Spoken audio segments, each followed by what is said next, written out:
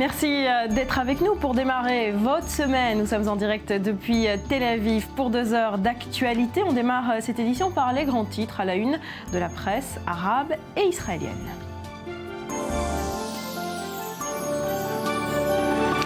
Cyril Amar, bonjour. Les journaux israéliens reviennent ce matin largement sur ce nouveau couac, un de plus, entre Israël et Washington suite aux déclarations de John Kerry sur le boycott. Barbara, en évoquant samedi les risques d'un boycott international visant Israël en cas d'échec des pourparlers, John Kerry s'est attiré les foudres du gouvernement Netanyahou, nous disent les journaux ce matin. Offensante, injuste, voire intolérable, selon plusieurs ministres du Likoud, les déclarations du secrétaire d'État américain justifieraient le boycott contre Israël. L'occasion donc pour nos journaux ce matin d'établir une sorte d'état des lieux du boycott anti-israélien dans le monde, à commencer par le Yediot Aharonot, vous le voyez sur vos écrans, qui sur une double page nous propose un petit atlas du boycott. Pays par pays, le journal à grand tirage nous invite à faire le tour du monde de la campagne anti-israélienne pour découvrir dans quel pays les produits israéliens sont bannis. Mais si les appels au boycott retentissent dans le monde entier, la campagne reste limitée, nous explique le quotidien. Plus que l'économie, c'est davantage l'image d'Israël qui est écornée, renchérit le quotidien. Moins optimiste, le journal de centre-droite Maariv fustige de son côté l'incurie du gouvernement israélien face à la campagne de boycott. Consulté par le journal, des hauts fonctionnaires du ministère des Affaires israélien nous expliquent que le boycott gagne du terrain, notamment dans le secteur privé, mais qu'Israël ne fait rien, non absolument rien pour enrayer la machine. L'État hébreu n'a pas changé de logiciel face aux nouvelles menaces, nous explique le Maariv. Il faudra donc, Barbara, s'en remettre aux défenseurs d'Israël à l'étranger. Et pour le Maariv, le nouveau visage de la diplomatie publique israélienne, c'est elle, la voici, la star américaine Scarlett Johansson, à qui le journal consacre ce matin sa couverture magazine pour avoir su résister au déferlement de critiques dont elle a fait l'objet pour avoir promu les produits d'une multinationale israélienne dont on taira le nom, mais dont on sait qu'elle se spécialise dans les boissons gazeuses. Une tempête dans un verre d'eau gazeuse, c'est donc à lire ce matin dans les colonnes du Maariv. Alors, toujours est-il que la belle Scarlett n'a visiblement pas entendu l'appel ému de l'ancien guitariste des Pink Floyd, Roger Waters, qui sur sa page Facebook a appelé la star d'Hollywood, mais aussi le chanteur canadien Neil Young à participer au boycott culturel israélien. Neil Young, qui, vous le savez, se produira donc au mois de juin en Israël. En tout cas, ces menaces de boycott ne semblent pas émouvoir, outre mesure, le ministre de la Défense israélien Moshe Ya'alon, qui participait à la conférence sur la sécurité à Munich ce week-end. Oui, Israël souhaite bien entendu que les négociations avancent avec les Palestiniens, mais le cas échéant, Israël s'en accommodera. C'est ce qu'a dit hier le ministre de la Défense israélien, Moshe Ya'alon, des déclarations qui sont publiées en exergue ce matin par le quotidien de gauche libéral Haaretz. Mais au-delà de la teneur du discours, regardez bien, c'est cette image qui retient ce matin l'attention de quasiment tous les journaux. À Munich, nous expliquent les quotidiens, photos à l'appui, Israël et l'Iran n'ont jamais été aussi proches. Jugez par vous-même de ce voisinage impromptu, Moshe Ya'alon et le ministre iranien des Affaires étrangères, Mohammad Zarif, face à face lors d'un panel de la conférence à Munich. Chaque journal y va de son angle, de son petit croquis. Le Israël Hayom nous gratifie même d'une petite ligne en pointillé pour mesurer avec précision la distance qui sépare les représentants de ces deux pays qui, rappellent les journaux, menacent de se rayer mutuellement de la carte du monde. Mais à Munich, déplore l'éditorialiste Shimon Schiffer dans les colonnes du Yediot Aharonot, celui qui a pris l'ascendant, c'est sans aucun doute le premier diplomate iranien, Mohammad Zarif, pour prendre la mesure de l'isolement grandissant d'Israël sur la scène internationale. Il suffisait à Munich d'observer de quelle manière le ministre iranien a été courtisé par les délégations internationales, un cortège qui contrastait cruellement avec la solitude du ministre de la Défense israélien. Direction la Turquie à présent. Cyril, un journal d'Ankara révèle ce matin qu'Israël et la Turquie seraient tout proches d'un accord de normalisation. Oui, c'est ce que j'apprends ce matin en une du Hurriyet turc en langue anglaise. Les deux pays devraient bientôt enterrer la hache de guerre après l'épisode du Mavi Marmara. Vous en souvenez, le Mavi Marmara, c'est cette flottille turque qui avait tenté de briser le blocus de la bande de Gaza et qui s'était soldée par la mort de 9 ressortissants turcs. Le gouvernement israélien qui, selon le journal, devrait consentir à verser 20 millions de dollars aux familles des victimes turques, alors qu'Ankara en exigeait 30. Alors pas de signature toutefois, selon le Haaretz, avant fin mars, date à laquelle auront lieu les municipales en Turquie. Et on referme cette revue de presse, Cyril, par une page artistique. Oui, si vous êtes à Tel Aviv, vous qui nous regardez depuis la France ou d'ailleurs, si vous êtes à Tel Aviv entre le 9 février et le 7 mars prochain, eh bien, ne ratez pas cette occasion de visiter l'exposition du photographe israélien Ilan Simentov, qui se tiendra d'ailleurs non loin d'ici, dans le quartier de Neve Tzedek à Tel Aviv, intitulée Une autre illusion. L'exposition propose un concept audacieux, un tantinet provocateur, transformer l'histoire juive et israélienne en fiction avec 7 questions. Que serait-il advenu si les événements tragiques du peuple juif avaient connu une toute autre issue, une issue différente? Si Jésus n'avait pas été crucifié, si Hitler avait été assassiné, si l'arche de Noé avait coulé, si Job avait vaincu le Satan, ou encore sur cette dernière image, si les agents du Shin Bet avaient réussi à immobiliser Yigal Amir devant le regard impassible d'un Yitzhak Rabin, cigarette au bec, au bras de sa compagne Léa. Merci beaucoup Cyril, à tout à l'heure. À tout à l'heure.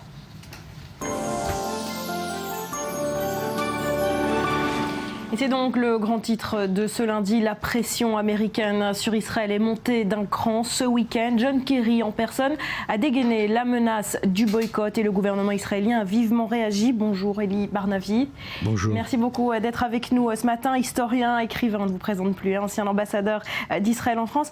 Alors ces menaces de John Kerry, c'est un conseil d'amis ou c'est un Américain qui est exaspéré d'Israël? C'est un peu les deux, je suppose. Enfin, moi, je n'ai pas lu ces déclarations comme une menace, je les ai lues comme un avertissement. Ce sont des choses que vous pouvez entendre autour de vous, à Tel Aviv, à Jérusalem et ailleurs. Ça fait partie des conversations entre Israéliens. Évidemment, ça a un autre sens, parce que c'est le secrétaire d'État américain qui l'a dit. Mais il n'a fait qu'à énoncer une évidence.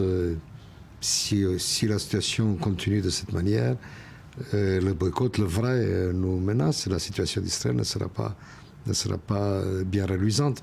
Pour vous, c'est évident, l'isolement diplomatique et économique d'Israël va finir par arriver? Il est en train d'arriver. Vous savez, moi ce qui m'angoisse le plus, c'est pas tellement les gouvernements. Les gouvernements ne boycottent pas, ne serait-ce que parce que la loi généralement l'interdit. Ce sont les sociétés civiles.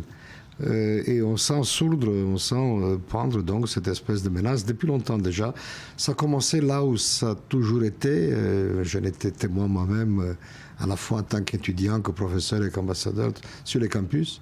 Et puis c'est en train de mordre sur la société civile au sens large, surtout dans l'économie, des très grosses boîtes qui ne sont pas spécialement situées à gauche, qui commencent à boycotter une banque danoise importante qui boycotte Poalim, vous l'avez vu, la banque à Poalim, un fonds de pension norvégien, et ainsi de suite.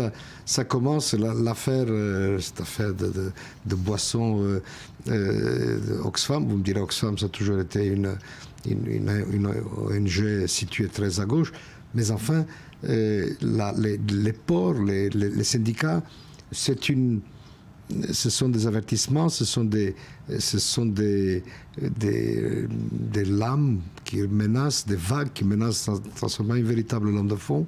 Si le processus de paix s'effondre, on peut vraiment s'attendre à des heures très, très compliquées. On peut quand même dire que ce boycott a changé de visage. Il est né timidement il y a une dizaine d'années. On connaît cette campagne BDS, boycott, désinvestissement, sanctions.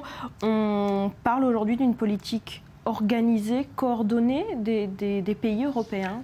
Non, ça vraiment, je ne vois pas, enfin, à moins que je me trompe beaucoup, je ne pense pas qu'il y ait une politique coordonnée. Je pense qu'il y a une espèce de phénomène qui fait boule de neige. Alors, il y a effectivement, au niveau européen, il y a la décision de ne pas permettre que des sociétés, que de l'argent européen aille directement, indirectement aux colonies, mais ce n'est pas de ça qu'il s'agit. Ça, ce n'est pas grand-chose. C'est un mouvement d'humeur politique que j'ai senti monter aussi. Je n'étais pas le seul. Une espèce de ras-le-bol généralisé vis-à-vis de la politique israélienne. Et je ne rentre pas dans les justifications. C'est ainsi, il faut bien le comprendre. Mais là, on parle d'autre chose, de quelque chose de beaucoup plus grave. On parle de la société civile qui s'organise. Alors, elle ne s'organise pas parce qu'il y a il y aurait une espèce de comité de coordination européen ou mondial. C'est pas comme ça que les choses se passent. Ça se passe par un effet de boule de neige, petit à petit. On apprend ce que d'autres ont fait, on dit pourquoi pas nous, et ainsi de suite. On risque de se retrouver dans les Pays-Bas, avec ce fonds de pension, vous avez évoqué le Danemark, on a appris également que l'Allemagne a boycotté des sociétés de high-tech israéliennes, ça commence à faire beaucoup. La Norvège, alors évidemment c'est surtout dans des peuples nordiques, dans des États où les droits de l'homme ont une énorme importance et où la politique israélienne dans les territoires est perçue. Et encore une fois, je ne rentre pas, on peut faire un autre programme si vous voulez, mais c'est perçu comme une violation perpétuelle des droits de l'homme le plus fondamentaux. John Kerry le légitime, ce boycott, quand il évoque lui-même cette menace? Non, ça vraiment, je suis atterré de voir l'incapacité, la stupidité politique et diplomatique des gens qui prétendent me représenter. Vous parlez du gouvernement israélien. Oui, pour ne pas le nommer, sans prendre au secrétaire d'État américain. Et alors, il faut que reste-t-il entre nous et le néant? Il faut le nommer. Quelques déclarations. Elie Barnavi, Ophir Akouniz du Likoud. Nous étions ici avant Kerry, nous serons là après lui aussi, le ministre Ya'alon. Même sans accord, nous nous en sortirons. Binyamin Netanyahou lui-même, il déclare hier que les menaces ne marcheront pas. Bennett, le ministre de l'économie, accuse Kerry de porte-parole des antisémites qui veulent boycotter Israël. On est là encore dans un affrontement frontal, agressif.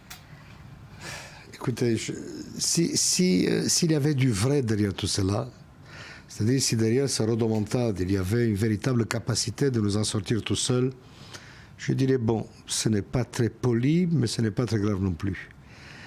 La simple vérité, et c'est notre vérité, et là c'est l'historien qui vous parle plutôt que le diplomate, la vérité est que seul, comme n'importe quel autre peuple, seul au monde, même les Américains, n'existe pas. Si nous sommes là et si nous sommes effectivement une puissance considérable sur tous les plans, si l'existence d'Israël est ce qu'elle est, si c'est le roc que nous savons, et ça l'est, c'est aussi parce que nous avons été soutenus d'emblée, depuis toujours, par les Français d'abord, par les Américains ensuite, que nous n'avons jamais été seuls. Seul le concept de solitude en politique internationale n'existe pas, sauf pour se faire jeter.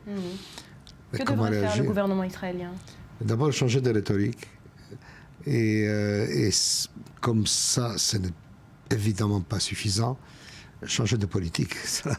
Arrêter la construction dans les implantations. Quand j'entends parler, depuis que je suis petit, ça fait déjà un bon bout de temps, j'entends parler des Hasbara.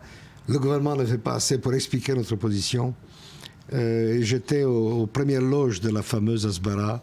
Il n'y a de Hasbara qui vaille qu'une politique que les autres, que le monde soit capable de comprendre, dite intelligemment et surtout conçue intelligemment. Binyamin Netanyahou reste sourd, selon vous, à ces menaces. La gauche l'accuse d'être comme le commandant du Titanic, celui qui a ignoré les messages. Il devrait ouvrir les yeux, ouvrir les oreilles, Netanyahou? Oui, il devrait, bien entendu. Je veux dire, là, pourquoi il ne le fait pas? Mais je ne sais pas, je ne suis pas un spécialiste de l'âme et de l'esprit du Premier ministre, mais je devine qu'il est pris dans un réseau d'idéologie, de politique, la coalition qui est à sa disposition, qui effectivement n'est pas terrible. Si vous devez compter sur M. Akouniz, vous n'êtes pas très bien le matin. Mais aussi ses propres convictions. Il reste ambivalent. Il faudrait être à la fois historien, et psychanalyste, que sais-je encore, pour comprendre les mobiles de l'homme. Mais le problème n'est pas là. Le problème, c'est que nous sommes en face d'une situation qui était prévisible, que nous sommes nombreux à avoir expliqué, décortiqué, disséqué, et que l'on voit que nous allons vers l'abîme, et nous ne faisons rien.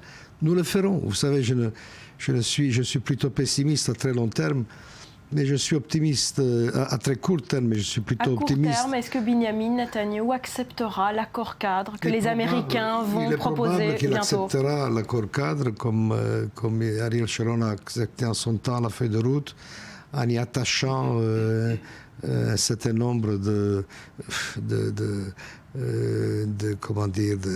conditions ou de protestations ou que sais-je, et que finalement il essaiera de noyer le poisson.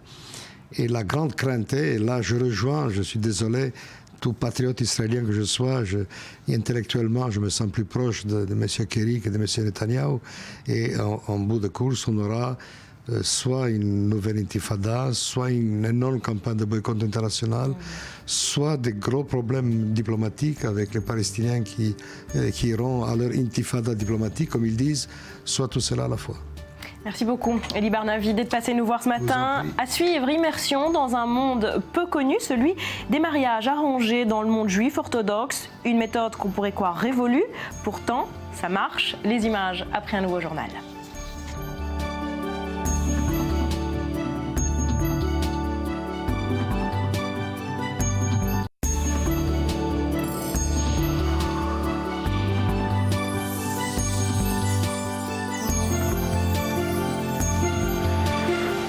On est de retour sur le plateau du Morning. Merci d'être avec nous et on poursuit sur les négociations de paix qui s'annoncent difficiles. On l'a évoqué. Au cœur de la dispute territoriale, vous le savez, la vallée du Jourdain. Depuis vendredi, une quarantaine de Palestiniens ont investi un village abandonné avec un message politique on ne peut plus clair. Cette terre nous appartient. C'est un reportage que vous signez, Maxime Perez. On regarde et on en parle juste après. Le drapeau palestinien est omniprésent sur ces bâtisses en ruine, comme pour marquer le territoire. Nous sommes à quelques encablures de la frontière jordanienne, sur les terres d'Ain Najla, un village abandonné, dont certains vestiges remonteraient à l'époque biblique. Avec l'aide de militants d'extrême gauche, une quarantaine de Palestiniens s'y sont installés vendredi, venus de toute la Cisjordanie. Ce camp de fortune qu'ils ont érigé est leur nouvelle demeure, mais leur geste se veut d'abord politique, dans une zone devenue le dernier obstacle des négociations israélo-palestiniennes, la vallée du Jourdain. Le gouvernement israélien parle d'annexer la vallée du Jourdain. Mais en tant que Palestiniens, nous refusons ce plan et transmettons le message que toute la vallée du Jourdain nous appartient. Nous avons donc le droit de venir ici, d'y travailler et de construire un village. Dans cet avant-poste, les conditions sont encore rudimentaires. Ni eau, ni électricité. Alors, on utilise ces branches de palmier pour garder les lieux propres et bientôt allumer un feu. On se prépare déjà pour la nuit prochaine. Beaucoup ont dormi à la belle étoile. La méthode n'est pas sans rappeler celle employée par certains habitants juifs des territoires. L'objectif de ces militants palestiniens, c'est avant tout de créer un fait accompli sur le terrain. Cette opération est un succès. Si nous parvenons à rester, alors ce sera un grand accomplissement. Et même si les Israéliens viennent nous évacuer, on aura au moins prouvé que cette terre nous appartient. D'ailleurs, la loi internationale dit que cette terre est aux Palestiniens. Cette action prouve que la vallée du Jourdain est devenue un enjeu crucial du processus de paix. Israël veut en garder le contrôle sécuritaire, tandis que les Américains veulent limiter leur présence à une dizaine d'années. Les Palestiniens, évidemment, ne l'entendent pas de cette oreille. L'armée israélienne a d'ores et déjà transmis un ordre d'évacuation à ses militants palestiniens. Mais ces derniers refusent d'obtempérer et promettent même de multiplier les actions de ce type dans toute la Cisjordanie. Alors Maxime, ça ressemble effectivement à un début de bras de fer entre l'armée israélienne et ses activistes palestiniens. Ce matin, on en est où ? Ils sont toujours sur les lieux ? Ils sont toujours sur les lieux, mais évidemment, l'issue de ce bras de fer, comme vous l'avez dit, est inéluctable. C'est une question de jours, si ce n'est d'heures, jusqu'à ce que l'armée israélienne procède à l'évacuation de ce campement sauvage. C'est évidemment la première fois que les Palestiniens aussi nombreux participent à la mise en place, à l'installation de campements sauvages. Ils disent qu'ils reprennent les méthodes de certains Israéliens. Qu'on voit souvent côté israélien dans les territoires. C'est un phénomène qui, d'après vous, va prendre de l'ampleur côté palestinien ? Alors ils sont déterminés à le faire. Il faut savoir que l'organisation qui se cache derrière ces actions, ce sont les comités populaires contre le mur et les colonies. C'est la traduction littérale en anglais. C'est une organisation qui existe depuis 2002, qui s'est créée vers la fin de la seconde intifada pour protester contre l'édification par Israël de cette fameuse clôture de sécurité. Organisation palestinienne qui bénéficie du soutien assez massif d'activistes d'extrême gauche internationaux qui viennent régulièrement en Israël, dans les territoires palestiniens. Le gros de leur combat ces dernières années, c'était dans certains villages symboles comme Bilin, qui était sectionné par la barrière. Ils ont obtenu gain de cause en 2011, puisque la Cour suprême a décidé de retirer cette barrière qui passait près donc, du village de Bilin. Et aujourd'hui, il semble qu'ils soient engagés, qu'ils sont déterminés à engager un nouveau front dans la vallée du Jourdain qui, on le voit bien jour après jour, est devenu un enjeu crucial, une véritable pierre d'achoppement du conflit israélo-palestinien, des négociations. Ce mouvement, ce groupe veut étendre ce genre d'opération, à votre avis ? Oui, il veut étendre. C'est important de signaler que ce sont des gens assez radicaux. Ils sont aussi liés à la mouvance BDS, donc qui prône un boycott d'Israël, pas uniquement d'Israël dans les frontières, dans les territoires palestiniens, mais y compris un boycott général de l'État juif. Ils sont radicaux. Ce sont des gens qu'il a été très difficile d'approcher. Il faut savoir que ce campement est littéralement bouclé. Il est désormais dans une zone militaire fermée, décrétée en tant que telle par l'armée israélienne depuis vendredi. On a eu des difficultés à s'approcher. Et après avoir quand même convaincu ces militants de pouvoir les interroger, parce qu'ils nous jugent comme Israéliens, donc potentiellement comme des ennemis, on se rend compte qu'il y a un discours radical derrière. On n'est pas dans le compromis, on n'est pas même pas dans cette fameuse équation 2 États pour 2 peuples. L'armée israélienne craint des violences lors de cette évacuation qui peut intervenir à tout moment ? Oui, ça paraît évident. L'objectif de cette organisation, et on l'a vu à Bilin ces dernières années, dans d'autres villages palestiniens où la lutte s'est focalisée, l'objectif c'est bien sûr de créer des foyers de tension, de provoquer des incidents avec l'armée, de mener des actes de sabotage qui vont pousser les forces de sécurité israéliennes à intervenir, et bien sûr de filmer ces actions. On l'a vu à plusieurs reprises. Alors ça ne veut pas dire qu'on ne peut pas trouver une certaine légitimité dans ces actes, mais néanmoins il y a une volonté délibérée de provoquer l'affrontement et de le médiatiser.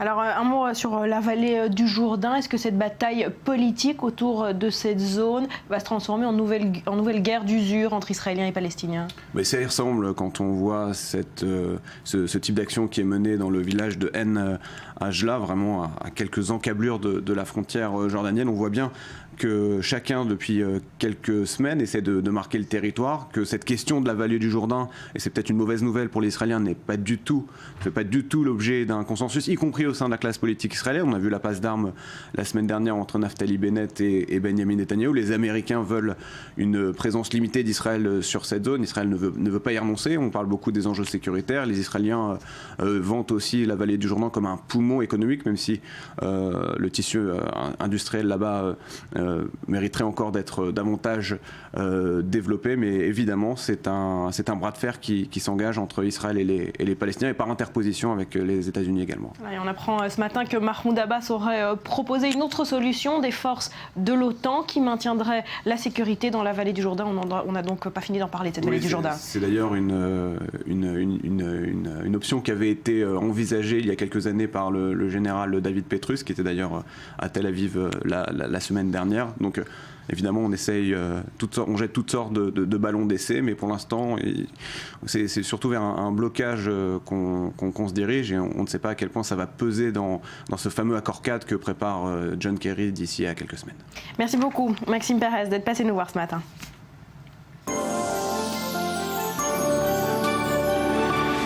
Et on vous propose à présent un reportage étonnant au cœur d'un monde peu connu. On part à la rencontre de ces jeunes célibataires qui acceptent par conviction et tradition le mariage arrangé. Ils sont juifs, orthodoxes et au bout de seulement quelques rencontres pudiques, vous allez le voir, cela se termine souvent par un mariage au bout de quelques semaines. C'est un reportage pour i24 News signé Eliav Lilti. Le mariage arrangé est l'apogée de la vie des jeunes orthodoxes. Ézéchiel Varcha est un fervent chasside. Le parcours qui le menait vers un mariage arrangé a provoqué chez lui une crise de conscience religieuse. C'est un philosophe dans l'âme. Comme la plupart de ses amis, il s'est lancé dans le monde des mariages arrangés sans y être préparé. Il ne savait presque rien de l'expérience qui l'attendait. Je n'ai aucune idée de ce qu'est l'amour. On n'a pas les outils nécessaires. On ne sait même pas ce qu'est l'amour pour pouvoir y penser. Tu sais ce que c'est le corps d'une femme? Tu sais ce que c'est d'être attiré? Dans la société orthodoxe, le mariage arrangé obéit à un système très sélectif, selon un code très strict. Chaque secteur a ses propres règles. Le nombre, l'endroit et même la durée des rencontres.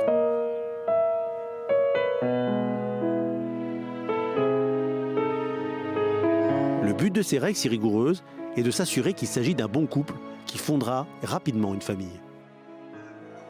La grande majorité des orthodoxes est limitée quant aux partenaires.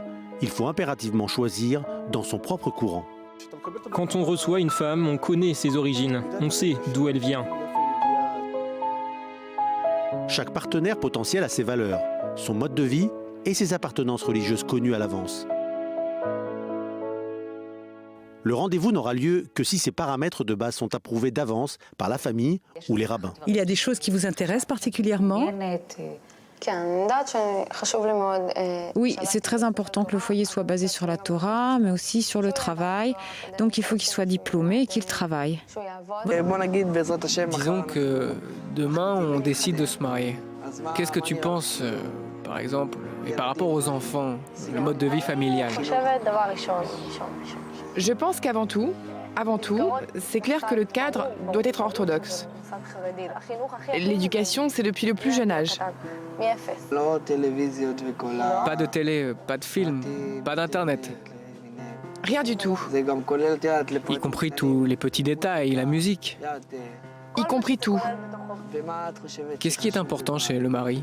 C'est très, très important que tu étudies la Torah. Je sais que pour que la maison repose sur des bases solides, le plus important, c'est l'étude de la Torah. Après plusieurs rendez-vous qui n'ont pas abouti avec différentes filles, Kreski, comme on le surnomme, a fini par trouver l'âme sœur. Kreski a dû faire face à plusieurs obstacles qui ont mis sa foi à l'épreuve. Mais finalement, les familles ont écouté et ont donné l'autorisation au jeune couple d'accomplir son amour. Et c'est un reportage que vous pouvez retrouver ce soir dans son intégralité dans l'émission Reportage présentée par Stéphane Calvo et dès demain sur notre site internet à la rubrique Replay.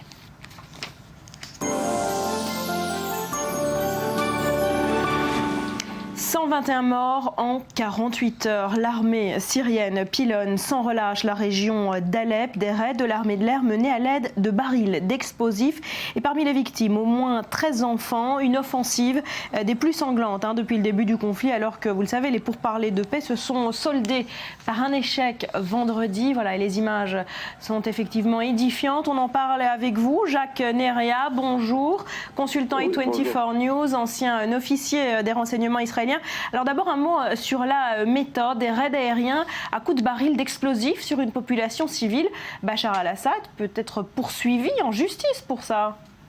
Mais depuis longtemps déjà c'est un criminel de guerre, mais le fait est là, c'est qu'il semblerait que l'armée syrienne et Assad lui-même ait décidé de changer de stratégie. Au lieu d'attaquer les guérillas ou les rebelles dans les différents quartiers, ce qui coûte très cher en vie humaine pour l'armée syrienne, il a décidé tout simplement d'éliminer des quartiers entiers avec population et rebelles ensemble. De cette façon-là, tout est clair. Alors, sur le terrain, on le voit, les combats sont ravivés depuis plusieurs jours entre l'armée et les rebelles. L'armée vise actuellement les axes de communication. Est-ce qu'on sait qui est en train de prendre la main dans cette guerre en Syrie ?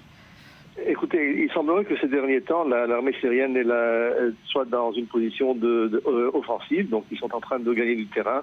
Et ce qui les aide surtout, c'est le fait que les guerres intestines entre les différentes factions islamiques, entre l'organisation l'État de l'Irak et du Levant d'un côté, Jabhat al-Nusra de l'autre, les autres petites nébuleuses islamiques qui se battent ensemble.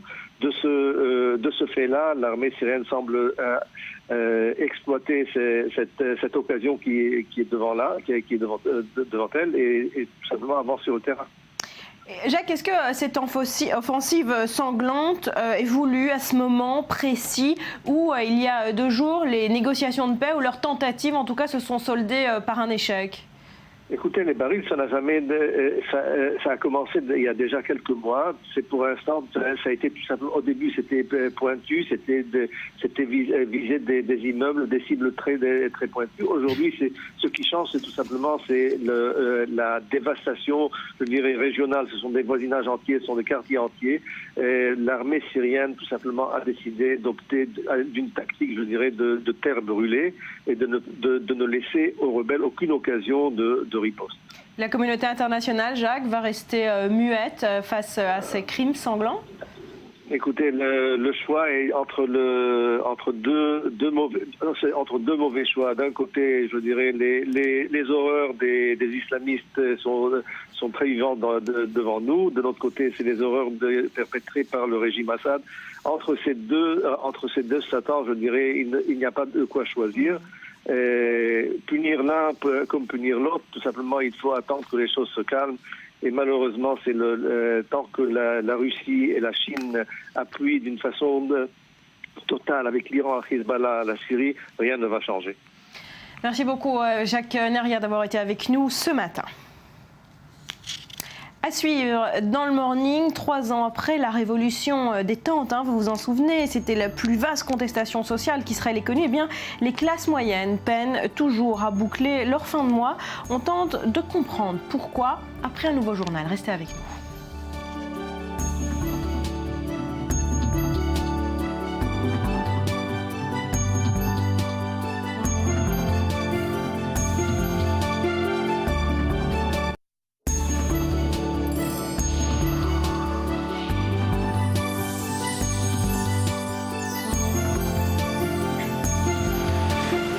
Merci d'être avec nous sur le plateau du Morning. On ouvre à présent une large page sociale en Israël. La situation économique est difficile pour les classes moyennes. Les familles qui peinent à finir le mois sont de plus en plus nombreuses dans le pays. On va y revenir largement. Pour l'heure, on commence, Cyril Amar, avec un tableau général. Pour le comprendre, vous avez étudié un rapport qui détaille les inégalités salariales dans le pays. Oui, Barbara, on se souvient des déclarations de Binyamin Netanyahou la semaine dernière à Davos.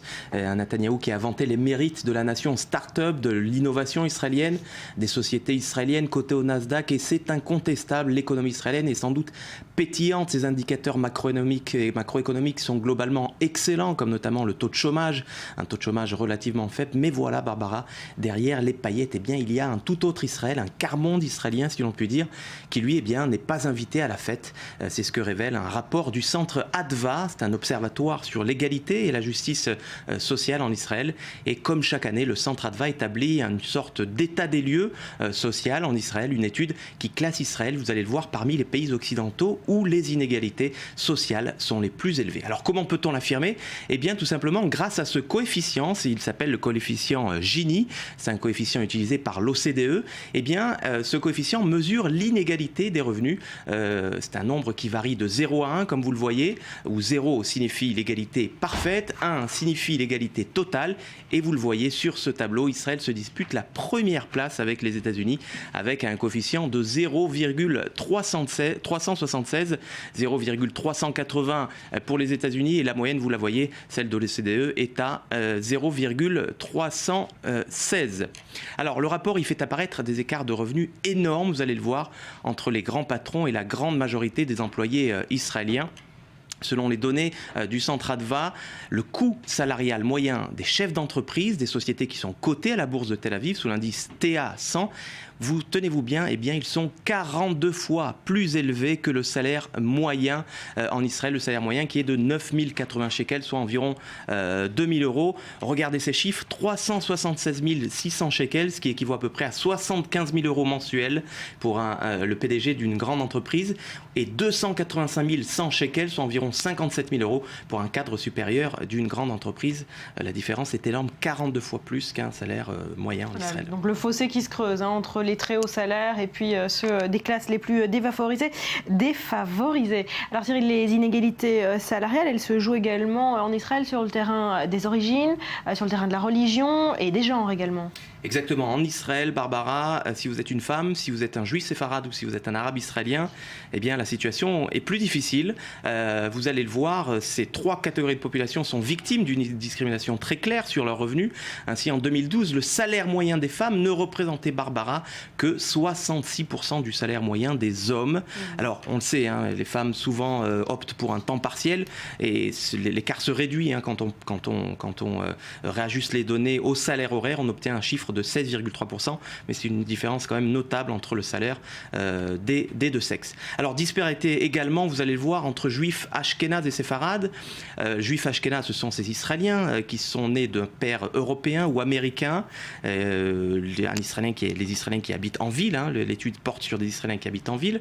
Un juif ashkénaze, eh bien, son revenu mensuel est tout simplement de 42% supérieur à la moyenne, alors qu'un juif, un Israélien, juif séfarade, donc d'un père originaire d'un pays arabe, lui perçoit un salaire de 9% seulement supérieur à la moyenne. Et puis alors, si vous êtes arabe israélien, en Israël, vous percevez un revenu mensuel moyen de 34% inférieur au salaire moyen qui, rappelons-le, donc est de 9 080 shekels, soit environ de 2 000 euros, donc des disparités très nettes entre différentes catégories de population. Disparités flagrantes, alors que préconise le rapport pour mettre fin à ces inégalités ?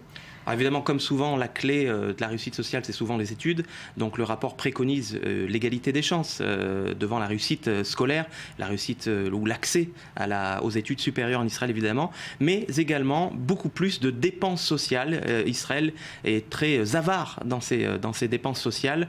C'est un des pays qui dépense le moins pour protéger les couches les plus défavorisées en Israël. Vous allez le voir, 15,8% seulement du PIB est dépensé en Israël pour subvenir aux besoins de ces couches défavorisées. Donc il faut dépenser plus, nous dit le rapport, dépenser plus, comme par exemple la France qui dépense 33% de son PIB avec une moyenne de l'OCDE située à 21,9%. Voilà un rapport donc qui épingle et qui nuance un petit peu aussi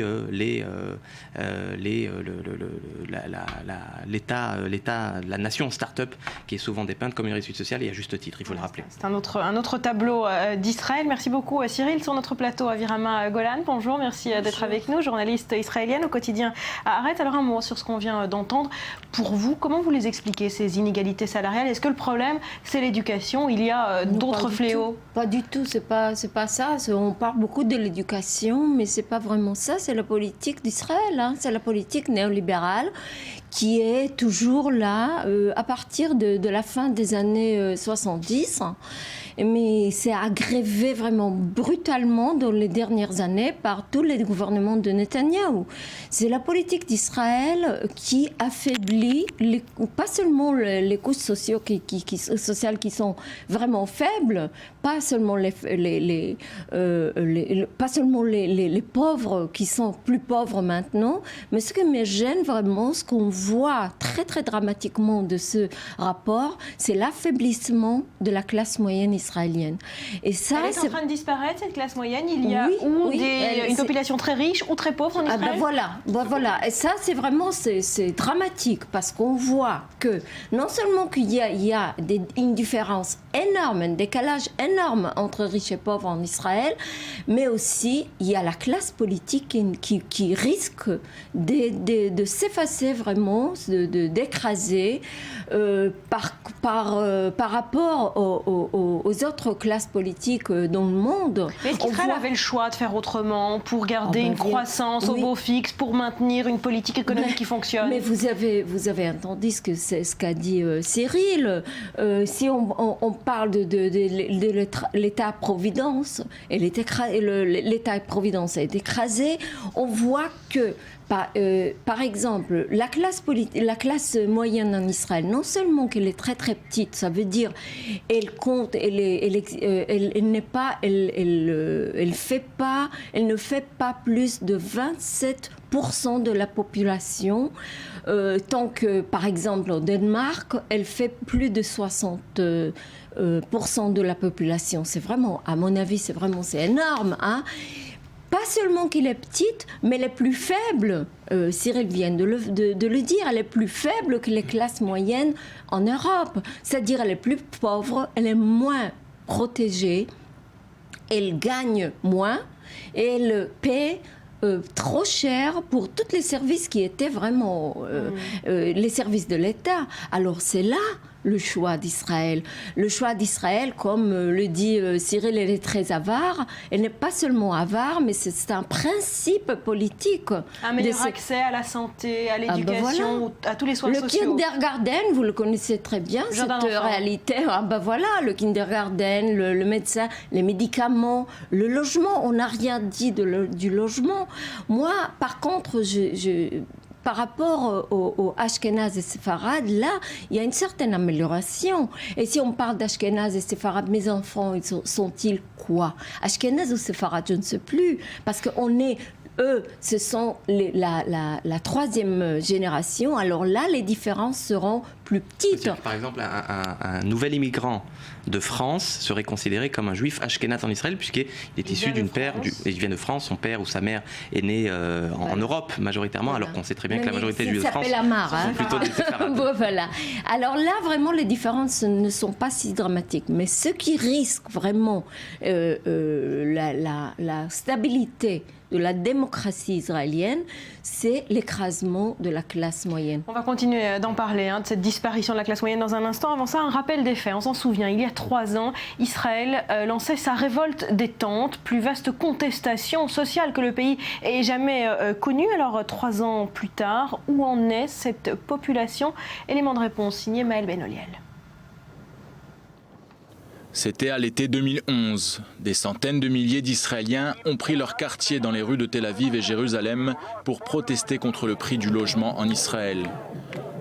2 ans après la révolte des tentes qui a secoué tout le pays, rien n'a vraiment changé pour les Israéliens. Au-delà de la cherté des logements, c'est aussi le coût de la vie qui est resté la principale préoccupation de la classe moyenne et des plus démunis. Pour ce statisticien, les prix pratiqués en Israël sont effectivement plus élevés que dans les autres pays développés. Les données de l'OCDE nous disent que l'index israélien par rapport à la moyenne des prix des autres pays de l'OCDE est plus élevé de 16%. C'est-à-dire que si l'index des prix en moyenne est de 100, l'index des prix israélien est de 116.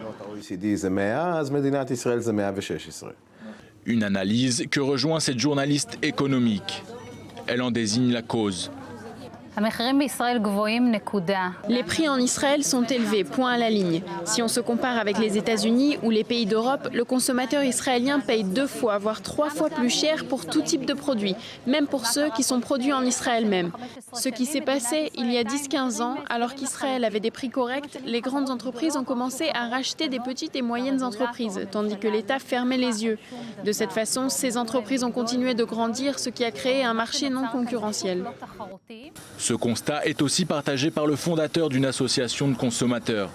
Pour lui, l'État doit faire plus. אין שום הצדקה למחירים היקרים שהאזרח הישראלי משלם בעבור המוצרים. Il n'y a aucune raison pour que le consommateur israélien paye ce genre de prix, en dehors du fait que les grandes entreprises abusent de leur pouvoir et profitent du manque de compétitivité du marché pour augmenter les prix. Même quand les prix des marchandises baissent dans le monde entier, elles augmentent en Israël. Donc le gouvernement se doit de reconsidérer le problème et faire quelque chose pour augmenter la compétitivité du marché afin que les prix baissent pour le bien de nous tous. Dernier obstacle, la hausse de la TVA de ces dernières années n'arrange en rien la situation. Il y a aussi un autre problème à considérer. En Israël, il y a la TVA, cette taxe de 18% sur tous les biens de consommation, comme sur le pain par exemple. Et cela crée une forte augmentation des prix. Face à cet état des lieux alarmant, des milliers d'Israéliens quittent leur pays chaque année en raison de difficultés économiques. 90% de ceux qui partent vivre à l'étranger assument ouvertement le fait d'aspirer à un meilleur niveau de vie. Pour rappel, le niveau de vie en Israël est parmi les plus faibles des pays de l'OCDE et la pauvreté y est la plus élevée des pays occidentaux.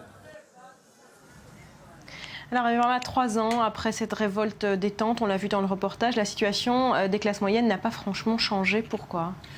Parce qu'il y avait une grande faute qu'on a fait, une grande faute politique. Des milliers de personnes ont voté pour Yair Lapid.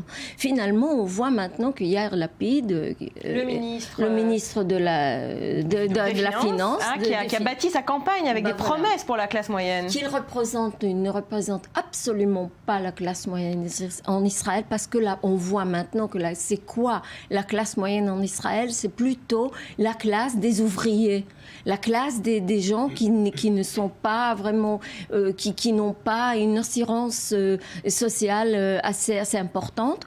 Et il représentait plutôt la bourgeoisie israélienne qui a des problèmes tout à fait différents que cette classe. Mais ce qui m'ennuie vraiment, c'est le fait que il y a une certaine...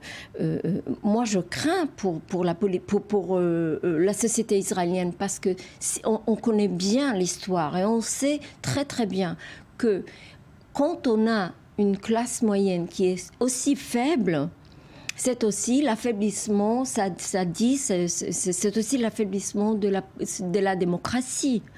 La stabilité économique, la stabilité de la société et assure aussi la stabilité de la démocratie. Et si on voit Israël avec tous ses problèmes, le conflit et le conflit interne, les conflits internes communautaires entre la religion et l'État, etc., face à cette situation, à ces problèmes économiques et ce décalage énorme entre riches et pauvres, là, on ne peut pas nous permettre ce décalage. On ne peut pas continuer comme ça. Quelle est la solution? Un gouvernement de droite ne mènera pas du jour au lendemain une politique sociale. Non, pas du tout. Je pense vraiment que... Et c'est le cas dans beaucoup de pays européens. C'est la responsabilité. Oui, c'est vrai, mais c'est la responsabilité de la gauche israélienne. En Israël, la ligne de partage entre la droite et la gauche n'est pas forcément économique. Voilà, vous avez des partis de gauche qui mènent une politique ultra-libérale.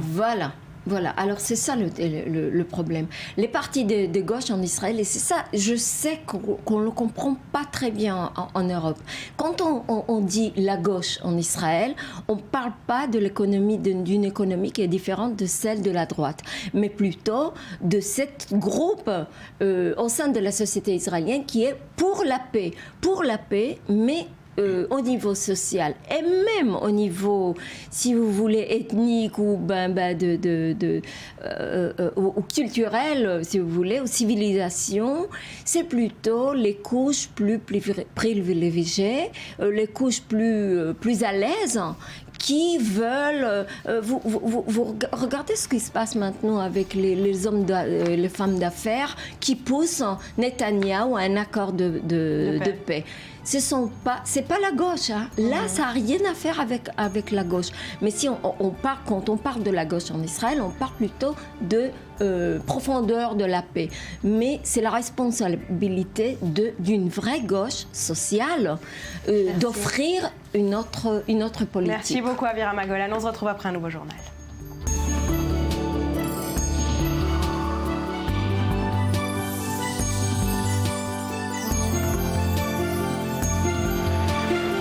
On est de retour sur le plateau du Morning. Merci d'être avec nous en direct depuis le port de Jaffa. On part maintenant en Afghanistan où s'est ouvert hier la campagne présidentielle.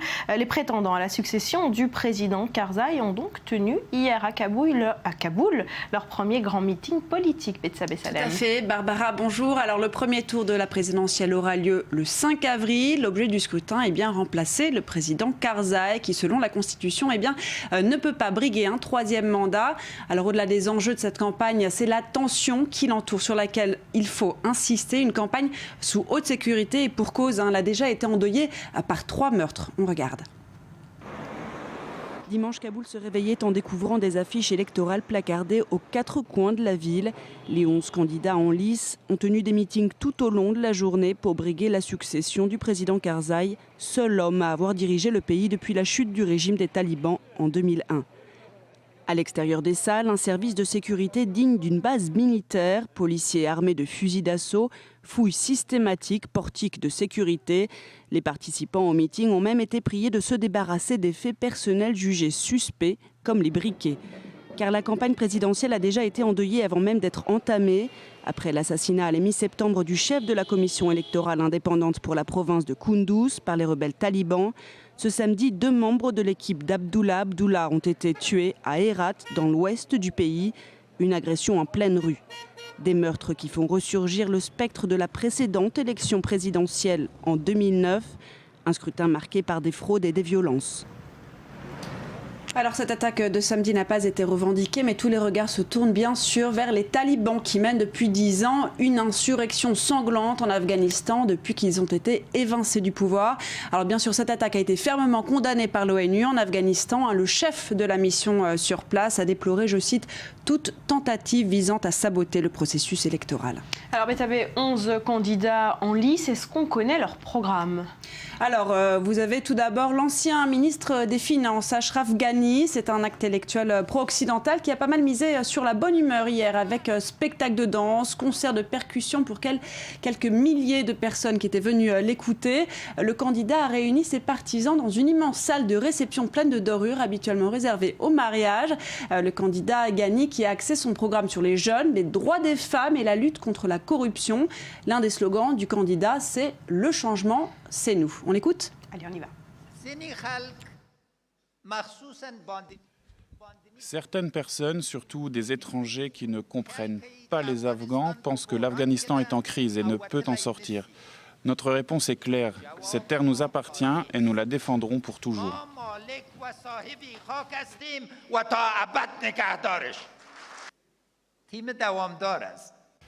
Notre équipe est unie, durable, portée par des croyances et c'est une équipe d'action. Je le dis à tous les autres candidats, ne pensez jamais que notre équipe se laissera abattre, car nous ne sommes pas fragiles.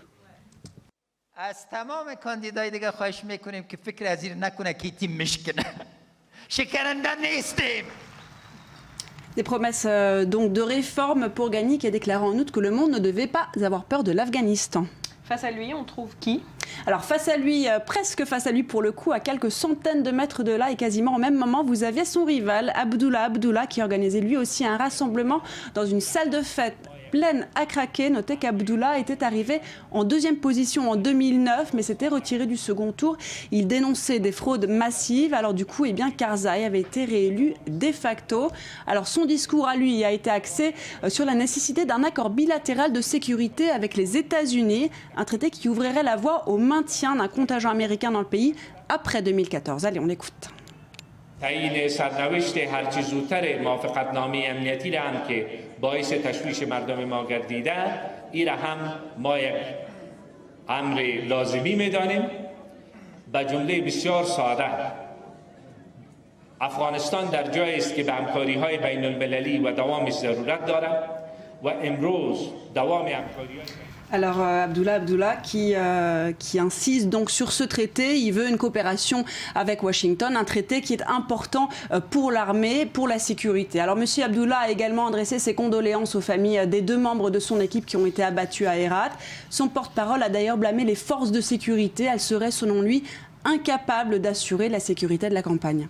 Alors, Betsabé, c'est un scrutin, il faut le rappeler, qui intervient à un moment d'incertitude délicat pour le pays, car à la fin de l'année, les forces de l'OTAN se retirent d'Afghanistan. Tout à fait, 58 000 soldats. Fin 2014, il n'y aura plus en Afghanistan que des éléments chargés, les uns de former l'armée afghane et les autres de lutter contre le terrorisme. Alors, mais qu'est-ce qu'on peut vraiment espérer vu que 12 années d'intervention occidentale n'ont pas réussi à mater les talibans? Alors, en Occident, on se félicite du retour des soldats, mais sur place, les Afghans ont peur des attaques, bien sûr, mais aussi de perdre des avancées, comme en matière des droits des femmes. Vous pensez bien que ce scrutin fait figure de test pour la stabilité et l'avenir du pays. Et dans la région, il n'y a pas que les Afghans qui sont inquiets. Moscou, elle aussi, craint que le gouvernement de Kaboul ne parvienne pas à vaincre les talibans et que du coup, ceux-ci ne gagnent en influence sur les musulmans des républiques ex-soviétiques, d'Asie centrale et du Caucase russe. À noter aussi un autre sujet qui soucie la Russie, c'est la possibilité d'un afflux de drogue en provenance des champs de pavots d'Afghanistan.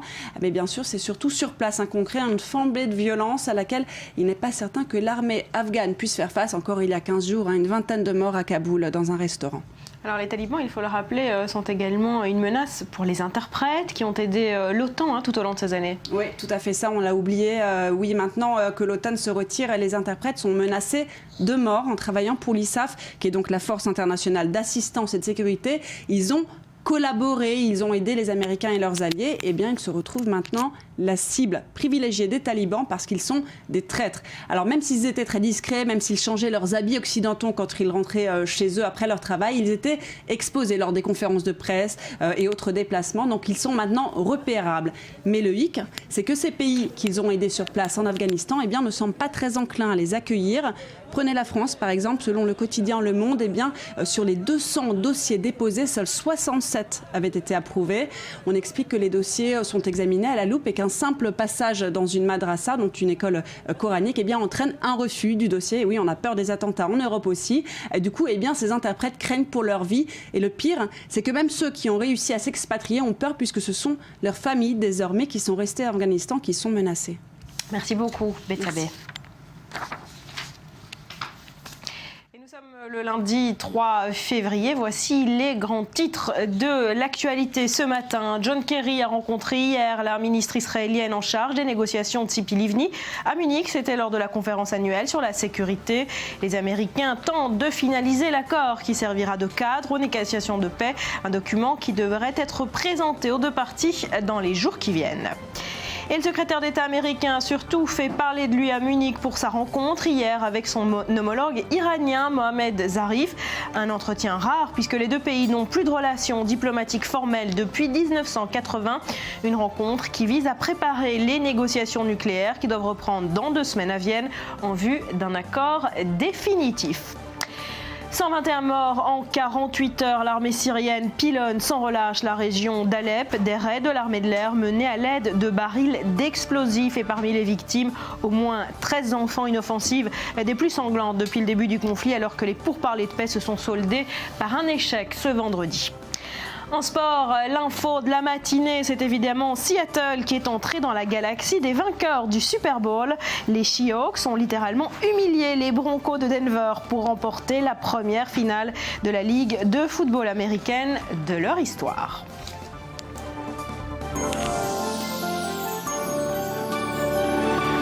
Virginie Khalifa, bonjour. Bonjour Barbara. Alors, vous nous parlez ce matin de Scarlett Johansson qui n'en finit pas de faire la une de la presse israélienne. Effectivement, et puis du boycott aussi. Alors, c'est vrai que Scarlett Johansson fait beaucoup parler d'elle en ce moment. Alors, la star hollywoodienne est de confession juive. Elle a été applaudie par la presse israélienne aujourd'hui parce qu'elle a décidé d'abandonner son rôle d'ambassadrice d'Oxfam, cette association britannique qui s'était opposée à ce qu'elle soit aussi l'ambassadrice de SodaStream, et ce, tout simplement parce que l'entreprise s'oppose au commerce avec les implantations juives de Cisjordanie. Alors ce qu'on sait aujourd'hui, c'est que le PDG de SodaStream n'est pas mécontent de la publicité virale qu'il a mise en place et de l'actuelle polémique qui a créé un véritable buzz médiatique. Et puis, ce qu'il faut savoir, c'est que s'il fallait boycotter tous les produits israéliens, on n'en terminerait pas, Barbara. Certains même risqueraient de changer d'avis. Exemple, les clés USB.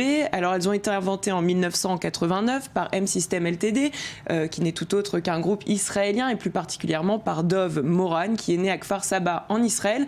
C'est lui qui a développé et breveté le premier lecteur Flash commercialisé en 1995. Ce produit a reçu le prix le plus innovant de l'EDN cette même année. Et plus tard, il est devenu ce qu'on appelle la clé USB.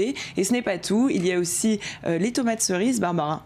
Les tomates cerises, elles sont israéliennes. Que feraient les restaurants sans leurs jolies tomates cerises ? Eh bien, à mon avis, ils seraient bien tristes puisque on ne sait pas forcément, mais ce sont 2 Israéliens qui sont à l'origine de ce légume. Les professeurs en faculté d'agriculture de l'université de Jérusalem, Naoum Kedar et Chaim Rabinovitch, ont mis 12 ans à trouver la recette magique pour pouvoir cultiver aujourd'hui la tomate cerise dans le monde entier. En fait, ce que vous nous expliquez, c'est qu'il y a plein de produits de consommation qui sont en fait israéliens et que si le monde voulait les boycotter, ce serait plutôt mal parti. Ce serait mal parti, on serait même bien triste, je vais vous dire, puisque on a parlé de tomates, on a parlé de clés USB, et puis maintenant je vais vous parler de cinéma. On sait que par exemple Homeland est une série israélienne, il y en a eu beaucoup d'autres, j'en parle souvent dans le Morning. Nathalie Portman est une actrice israélienne, elle est née à Jérusalem. Parmi ses 16 récompenses pour le titre de meilleure actrice, eh bien, tout récemment, elle avait reçu un Oscar de la meilleure actrice pour le film Black Swan. Alors, on se demande s'il est intéressant de boycotter tous ces films. Eh bien, ce ne sont pas les seuls. Si on part de ce principe, il faudrait aussi boycotter d'autres œuvres, comme par exemple Paranormal Activity, qui est aussi l'œuvre d'un Israélien. C'est quoi Paranormal Activity ? Alors, c'est ce film d'horreur, si on peut le dire. Non, c'est le répertoire de Virginie. Alors, attendez, il y en a déjà 5. Betsabé, vous êtes à la ramasse si vous ne connaissez pas Paranormal Activity. C'est quoi ? Alors, c'est un film. Alors, ce qui est assez étonnant, c'est qu'on parle de tout ce qui est paranormal. Donc, on a la présence d'esprits sur Terre. Et puis, ce qui est assez drôle, c'est que c'est filmé de façon à ce qu'on ait l'impression que c'est une personne qui a pris sa caméra et puis qui a filmé chez elle pendant la nuit. Oui. Et puis il se passe des choses assez bizarres, ça fait très peur. Donc ce film a fait plus d'1 million d'entrées en France, il a été premier au box-office américain. Je vous donne la recette mondiale pour avoir un petit aperçu, 193 millions de dollars.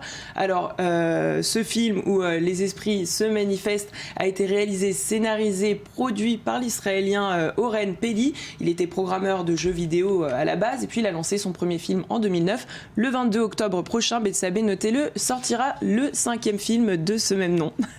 Il y a d'autres produits israéliens comme ça ? Il y en a énormément. Alors, je peux vous donner Waze, l'application Waze, Wix, ICQ. Je ne sais pas si vous vous rappelez d'ICQ. Les premiers chats. Exactement. Donc, c'était israélien aussi. Et puis, bon, après, on a beaucoup de chanteurs à l'international. Et d'autres dérivés. Alors, on parle musique précisément, et Israël, où le boycott n'aura pas lieu pour certains artistes. Eh bien écoutez, non, il n'a pas encore été boycotté, c'est prévu pour le mois d'avril. On va pouvoir accueillir Pete Doherty à Tel Aviv. Alors lui, on le connaît, c'est l'ex de Kate Moss, c'est l'icône du rock et du folk. Il s'est fait connaître avec son groupe Les Libertines. En 2003, il entame une carrière solo, on le connaît surtout pour ses excès, ses problèmes de drogue et puis ses ex-copines. Son écriture se caractérise par un style poétique très appuyé, c'est le moins que l'on puisse dire, puisque ses maîtres sont tout autres qu'Oscar Wilde et William Blake, et ses thèmes principaux sont l'Albion et l'Arcadie. Alors Albion, c'est le nom poétique qui a été donné à l'Angleterre, et puis c'est aussi le nom que porte le bateau qui doit mener à l'Arcadie, qui est le paradis terrestre, Barbara.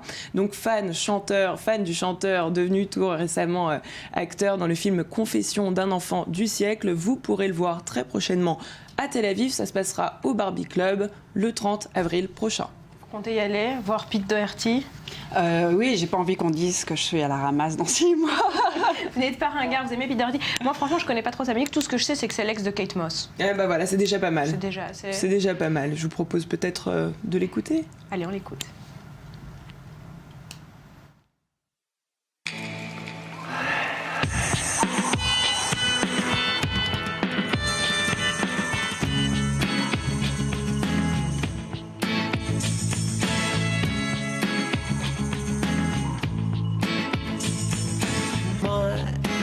You did look dapper in your mother's old green scout with famous auntie Arthur's trousers on. You slapped by that slapper, now we all laugh. She loved the loudest, only 93. Could charm the bee's knees off the bee. Cheeky, you'd say, we all fell around. rolling around the playground. So she say we all fell apart, rolling around the playground in the 94. We all sang. Voilà, Pete Doherty à découvrir donc en Israël. Le 30 avril prochain au Barbie Club à Tel Aviv. S'il n'est pas boycotté. S'il n'est pas boycotté, bravo, vous avez retenu la leçon, Betsabé. Merci beaucoup Virginie, merci Betsabé. On se retrouve demain, c'est la fin de cette édition. Merci à vous de l'avoir suivi. Merci de votre fidélité au Morning et à i24 News. C'est un plaisir d'être avec vous tous les matins. Je vous souhaite une très belle journée. Portez-vous bien.